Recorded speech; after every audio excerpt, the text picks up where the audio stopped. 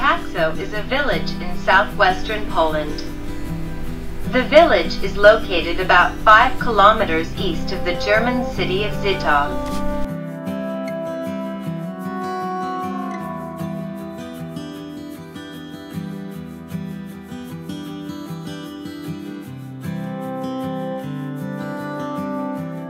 Before 1945, the village belonged to Germany and was called Oberullersdorf.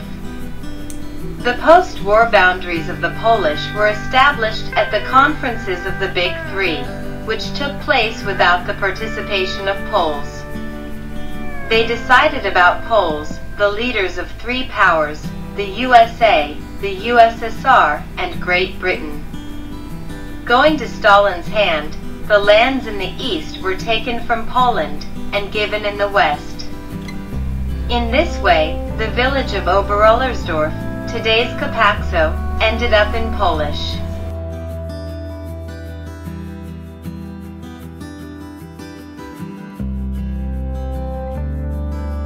Currently, two different towns form as if one organism. They are only separated by a border road. On one side is Poland, on the other is the Czech Republic.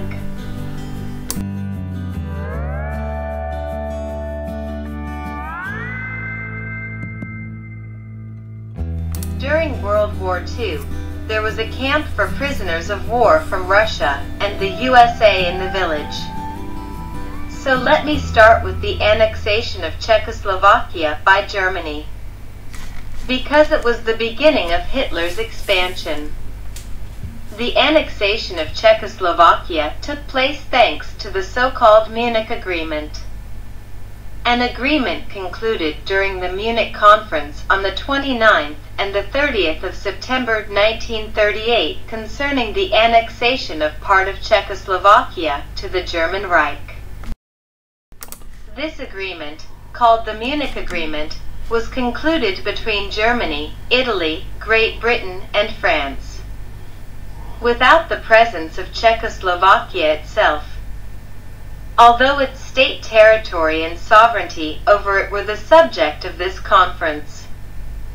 Signing this agreement, enabling the annexation of part of Czechoslovakia, and thus going to an agreement with Hitler. France and Great Britain are complicit in the outbreak of World War II. Such a decision whether a state is to exist or not, or who is to exercise power over it, Great Britain very much I liked it. The fruit of this was the Yalta Conference. Let us return to the Czechoslovak case. The demands for concessions and increased autonomy of the German minority were only a prelude to military aggression. After the annexation of the Sudetenland, sanctioned by the shameful provisions of the Munich Conference, they led to the implementation of the plan, the subordination of the entire territory of Czechoslovakia to the Third Reich. On March 14, 1939, Slovakia declared its independence, i.e. separation from the Czech Republic. A day later, German troops entered the Czech Republic. Hitler forced Czech President Emil Hácha to sign documents on the creation of Bohemia and Moravia, completely dependent on Germany. At that moment, Hitler understood that countries like France and England would not lift a finger to help their allies. And he was right. Now he could implement a lightning war plan, terror plan, and the deaths of millions of lives.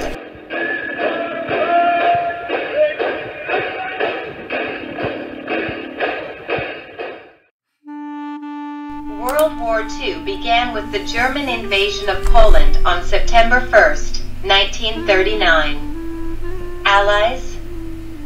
What allies? Poland defends itself against the Germans and the Soviets, capitulating after less than 2 months.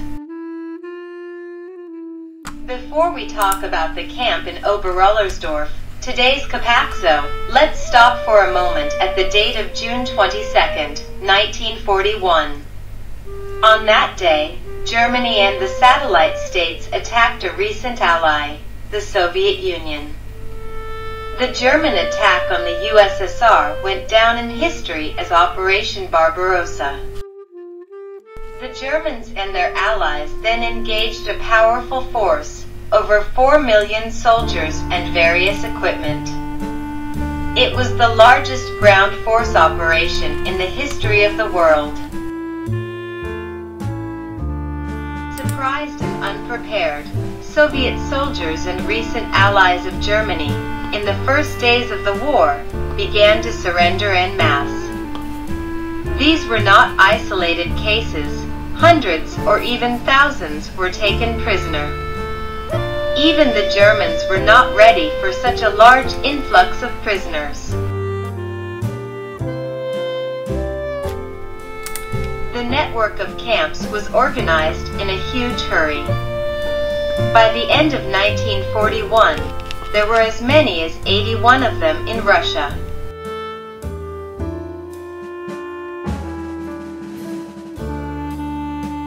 Those who reached the Zittau region were already very lucky, because Wehrmacht troops shot many Soviet soldiers when they tried to surrender. They routinely executed prisoners who had already surrendered. The captured Russians, both wounded and healthy, usually had to travel to the camps on foot, because they were not allowed to be transported by Wehrmacht cars. Walking prisoners to the camp usually ended in death, the weakest and wounded.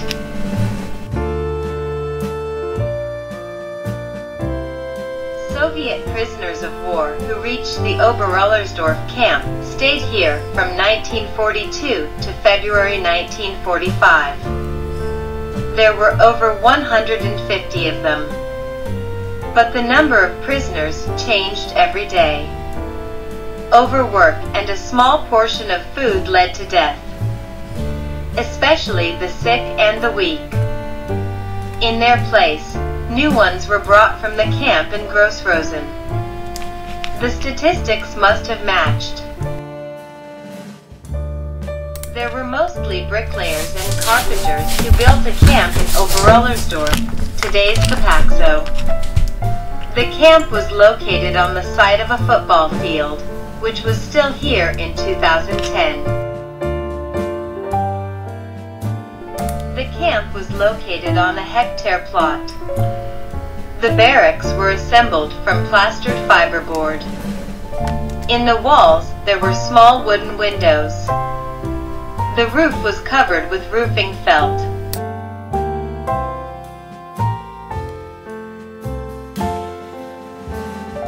The barracks in which the prisoners were kept did not have partition walls. At the walls there were bunk beds and mattresses filled with hay. In the middle of each barack there was a small furnace.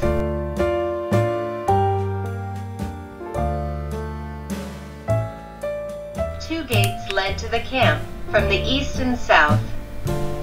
The camp was divided into two parts. In the first one there was a commandant and camp administration. There was also a bathhouse and a kitchen. In the second part, there were prisoners of war. There was also a barack for the sick. The whole camp was surrounded by a double barbed wire fence.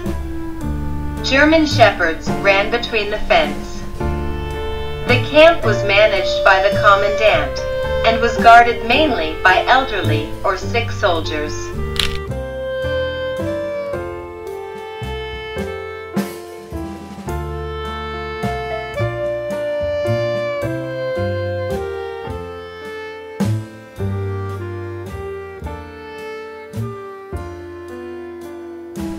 From the camp there was a beautiful view of the Zittau Valley and the nearby town of Zittau. A mountain range was visible in the distance.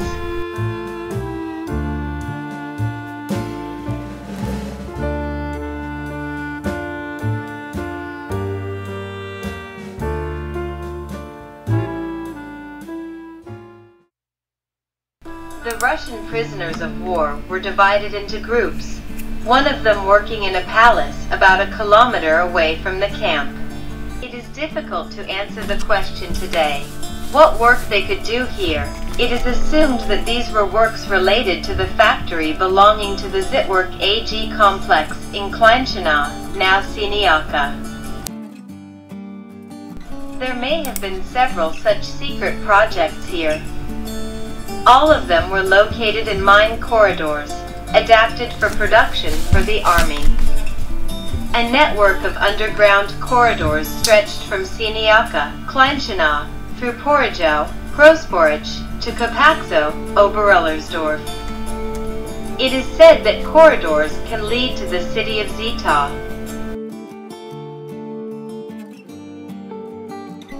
Under the palace, as well as on its territory, there are entrances to the underground, which are partially flooded with water.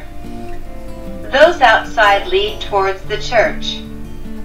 Buried under the palace, they probably connect with the network of adits that are located here.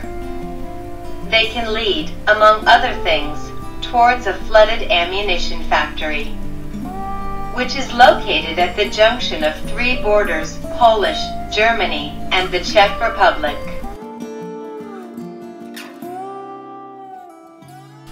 Another group of prisoners worked on the construction of the entrance to the underground in the Lupton area. They also laid tracks in the basement for the railway running here. They also laid underground walkways made of heavy granite stones. After the partial completion of the adits and their development for the needs of the war, M.I.N. halls producing jet engines for Messerschmitt Me 262 Schwalbe and Sturmvogel aircraft were built here. Soviet prisoners of war in January or February 1945 disappeared somewhere in these undergrounds. They probably knew enough that the Germans could not risk one of them surviving or escaping. They worked and slept underground, and there they remained forever. Then, American prisoners of war arrived at the Oberullersdorf camp near the town of Zita. It was at the beginning of February 1945. The prisoners were sent here from Stalag Forby in Mulberg. There were 305 prisoners.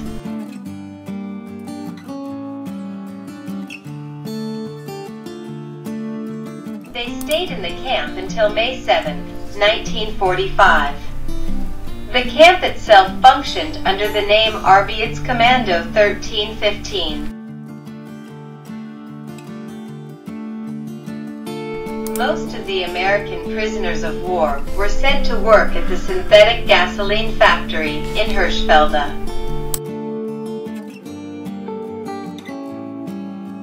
And to the flax spinning mill. Its unloading station was designed not so much for a textile company as for a fuel distillation plant. Completion of the plant was scheduled for June 15, 1945.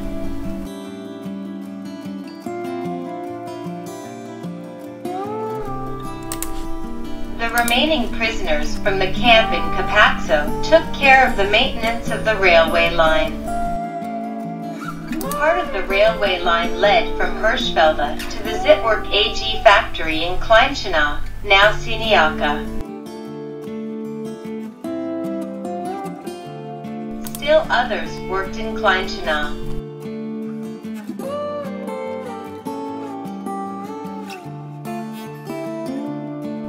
In the morning before the march to work, the German guards lined the prisoners in rows of 5 to be counted.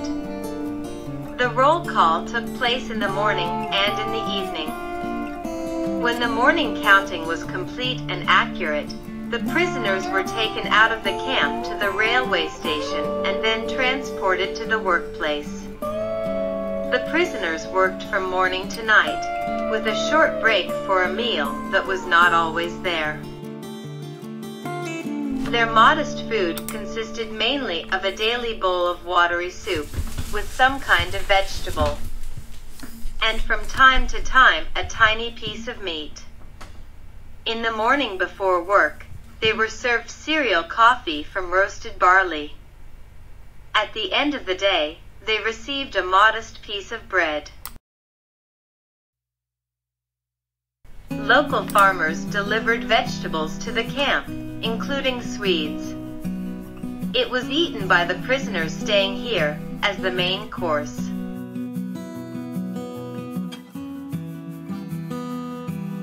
Hard work and hunger most often led to death. Diseases were somehow dealt with. Famine was one of the reasons why some prisoners decided to cooperate with the enemy.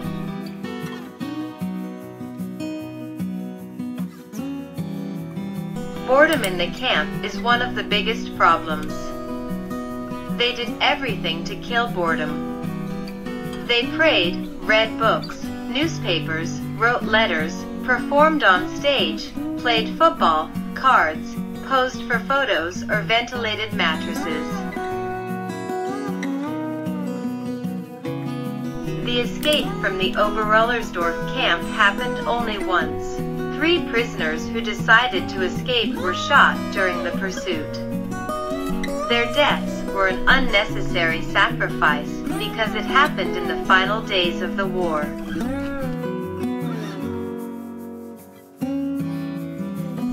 Names of some American prisoners of war from the Oberullersdorf camp.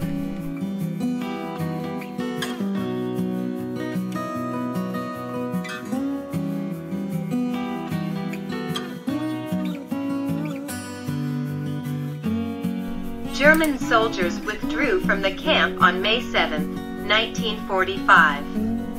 A day later, Russian troops entered the camp. Now the prisoners, as free people, could return to their homes, to their families. At last they were free.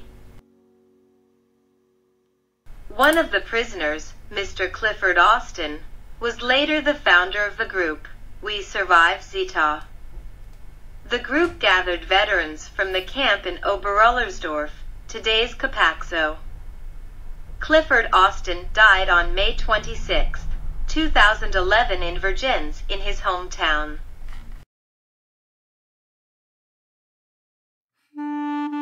It is estimated that more than 120,000 American soldiers were taken prisoner during World War II. Nearly 94,000 were sent to POW camps in Europe. First of all, German.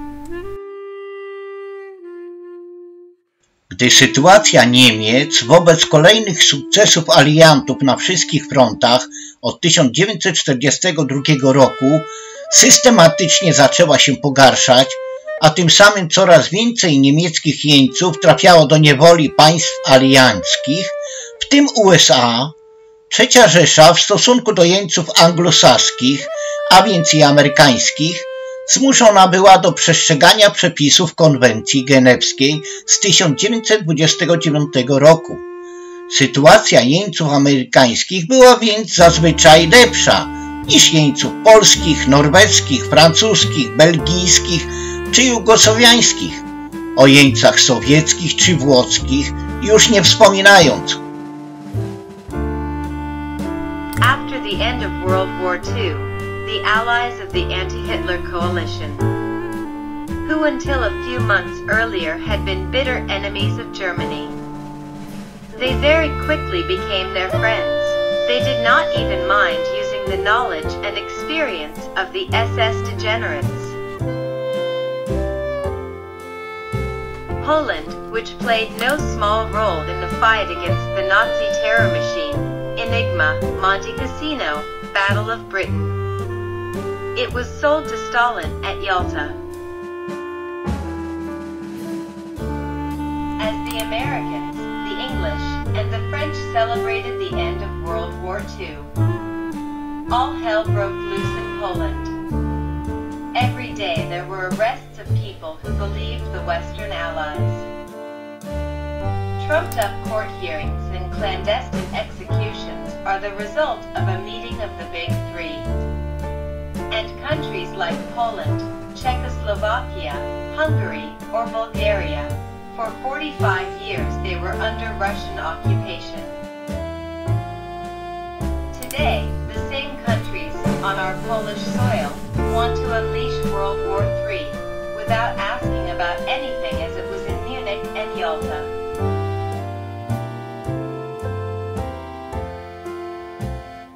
He wants to tell you all about all this as a history buff. Not only the one from the books in which you can write whatever you want. But I know this war through the eyewitnesses of this great tragedy, who had nothing to hide. My grandfather fought in the September campaign of 1939, where he was taken prisoner by the Germans. Then he was deported deep into Germany to forced labor. For the lack of the letter P, he was severely beaten there. He was saved from inevitable death by a colleague from the army.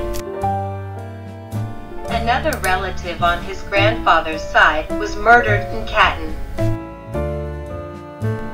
Grandma's brother died in the so-called Death March. 16-year-old Marysia fought in the Warsaw Uprising, 1944. After the capitulation, she got to Polyak. Whether she died there or was transported to the vicinity of Zitov, today it is difficult to determine.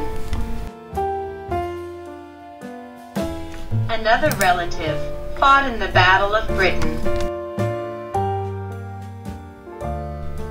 Still others died or were murdered during this terrible war.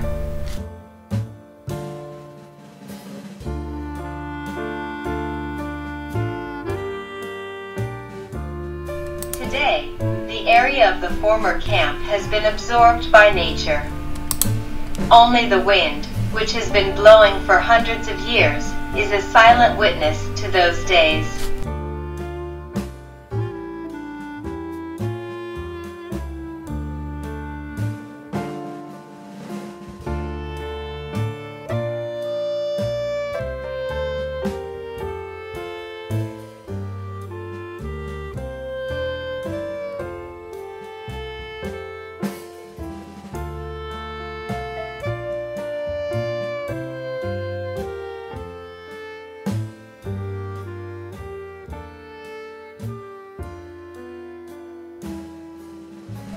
Also hides its secrets. Every now and then it reveals to us the remains of the former camp.